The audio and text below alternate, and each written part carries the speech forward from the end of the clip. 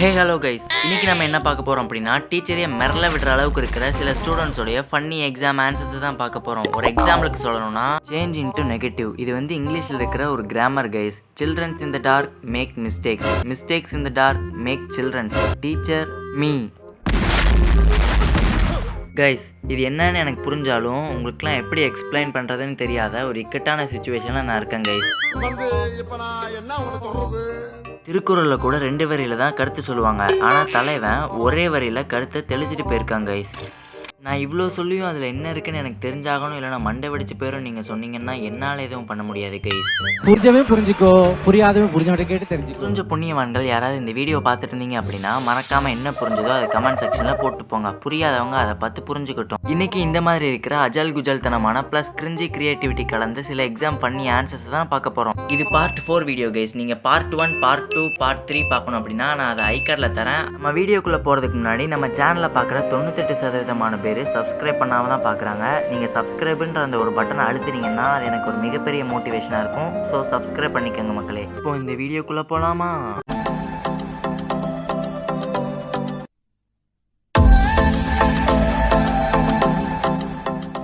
Guys, உங்களோட teacher வந்து உங்ககிட்ட சென்டிமீட்டர் எப்படி மீட்டராக கன்வெர்ட் பண்ணுறதுன்னு கேட்டாங்கன்னா நீங்கள் என்ன சொல்லுவீங்க? அதை 100ஆல் டிவைட் பண்ணணும் இல்லை மல்டிபிள் பண்ணணும் தானே சொல்லுவீங்க. ஆனால் இந்த ஸ்டூடெண்ட் என்ன சொல்லியிருக்காருன்னா டேக் அவுட் சென்டி.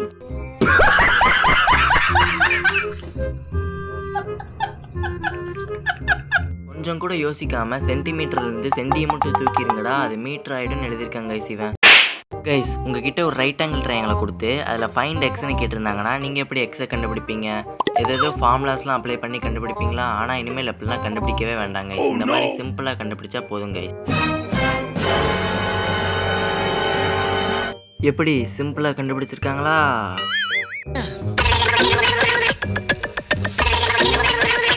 கைஸ், இங்கே ஒரு ஸ்டூடெண்ட் கிட்ட சிக்கும் C++க்கும் என்ன வித்தியாசம்ன்றதை கேட்டிருக்காங்க. அதுக்கு அவர் என்ன சொல்லியிருப்பாருன்னு உங்களால் முடிஞ்சால் அதை கமெண்ட் செக்ஷனில் போட்டு போங்க கைஸ்.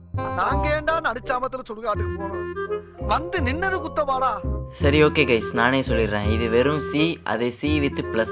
இதை Cன்னு ப்ரொனவுன்ஸ் பண்ணணும், அதை C++ன்னு ப்ரொனவுன்ஸ் பண்ணணும். இது ஃபஸ்ட்டு செமஸ்டரில் வரும், அது செகண்ட் செமஸ்டரில் வரும். இதுக்கு Cன்னு ஒரு பேர் தான் இருக்குது, அதுக்கு C++ன்னு 3 பேர் இருக்குது. டேய், அவங்க என்ன வித்தியாசத்தை கேட்டால் இவன் என்ன வித்தியாசத்தை எழுதி வச்சிருக்கான்னு பாருங்க கைஸ். அது சரி, ஏதாவது படிச்சிருந்தான்னா சிக்கும் C++க்கும் என்ன வித்தியாசம்ன்றதை எழுதியிருப்பான்.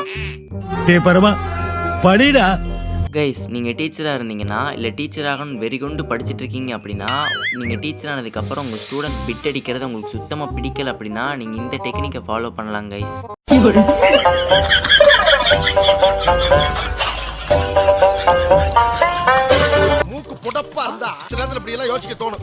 மூட்டைப்பூச்சியை கொல்லும் நவீன மிஷின் மாதிரி இது பிட் அடிக்கிறத தவிர்க்கிற ஒரு நவீன மிஷின் கைஸ். இனிமே அவங்களால தலைகளை நின்று தண்ணி குடிச்சா கூட பிட் அடிக்க முடியாது guys. Teacher, exam will be easy. Oranges, option A fruit, option B colour.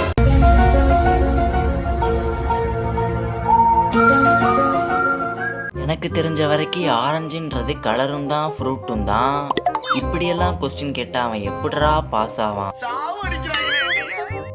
Guys, இங்கே ஒரு டீச்சரு பெட் அனிமல்ஸை அந்த பக்கமாகவும் வைல்டு அனிமல்ஸை இந்த பக்கமாகவும் எழுத சொல்லியிருக்காங்க. அதுக்கு அவன் பெட் அனிமல்ஸ்லாம் கரெக்டாக தான் எழுதியிருக்கான். பிக்கு, கேட்டு, டாகு, ரேபிட்டு, ஹென்னு. சரி, பிள்ளையாண்ட நல்லா படிக்கிற பையன் வைல்டு அனிமல்ஸை போய் பார்த்தா வைல்டு பிக்கு, வைல்டு கேட்டு, wild dog, wild rabbit, wild hen. பாவம் பைய, முன்னாடி வைல்டை மட்டும் சேர்த்துக்கிட்டோம்னா அது வைல்டு அனிமல் ஆயிரும் நினச்சிட்டான் போல. இதை மட்டும் அவன் சார் பார்த்தாங்க. கைஸ், அங்கே வந்து எக்ஸோட வேல்யூ என்னன்னு கேட்டிருக்காங்க. ஆக்சுவலாக அங்கே வந்து எக்ஸ் இருக்கிற இடத்துல 5 தான் வரும். ஆனால் அதுக்கு அவன் என்ன எழுதியிருக்கான்னு பார்ப்போமா? Dear Max, I am sick and tired of finding your ex. Just accept the fact that she is gone. Please move on dude. இதிலிருந்து இவன் என்ன சொல்ல வரான்னா, உங்கள் எக்ஸை தேடி தேடி நான் ரொம்பவே களைச்சி போயிட்டேன். உங்கள் எக்ஸை வந்து தொலைஞ்சு போயிட்டாங்க. அதை நம்ம ஏற்றுக்கிட்டு தான் ஆகணும். ஸோ உங்களுக்கு வேறு ஏதாவது வேலை இருந்ததுன்னா அதை போய் பாருங்கள் சார்னு அரை பக்கத்தில் சாருக்கே அட்வைஸ் பண்ணிட்டாங்க. நல்லா தானே சொல்லிக்கார, இதை வரவேறுங்க. Write down the value of X. ஆஹா, நார்மலான கேள்விக்கே இவங்க ஏடாகூடமாக தான் பதில் எழுதுவாங்க. இதுக்கு என்ன எழுதியிருக்காங்கன்னு பார்ப்போமா? He is my life. அதுக்கு கீழே மிஸ் என்ன எழுதியிருக்காங்க? கால் யுவர் பேரண்டா. இப்போ என்ன பண்ண போறீங்க தம்பி? வீட்டில் கேட்டால் என்ன சொல்லுவீங்க? தெரியாமல் எழுதிட்டேன்னா தொடப்பக்கட்டை எடுத்து துரத்தி அடிப்பாங்களே. வீட்டு பக்கம் 4 நாளைக்கு போயிடாதீங்க. What is Java? ஜாவா அப்படிங்கிறது வந்து ஒரு வகையான கம்ப்யூட்டர் லாங்குவேஜ் கைஸ். அதுக்கு என்ன எழுதி வச்சிருக்கான்னு பார்ப்போமா?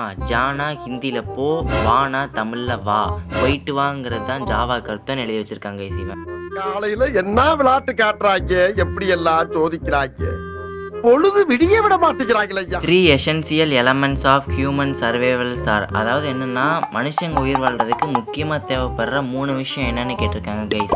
நீங்களா இருந்தால் என்ன எழுதியிருப்பீங்க? சோறு தண்ணி காற்றுன்னு தானே எழுதியிருப்பீங்க. ஆனால் இவன் என்ன எழுதியிருக்கான் தெரியுமா? Android, WhatsApp, Facebook. அது என்னமோ உண்மைதான் கைஸ். இன்னைக்கு இருக்கிற காலத்தில் சோறு தண்ணி காற்றை விட ஆண்ட்ராய்டு, வாட்ஸ்அப்பு, ஃபேஸ்புக் தான் கைஸ் முக்கியமாக இருக்குது கைஸ். நம்ம எக்ஸாம் எழுதிட்டு இருக்கும்போது நம்மளோட ஃபஸ்ட்டு 2 பேஜ் இப்படி தான் கைஸ் இருக்கும். ஏன்னா நம்ம நல்லா படிக்கிற அப்படின்னு நம்பிட்டு மார்க்கை கிள்ளி போடாமல் அள்ளி போடணுன்றதுக்காக நம்ம இப்படி எழுதுவோம்.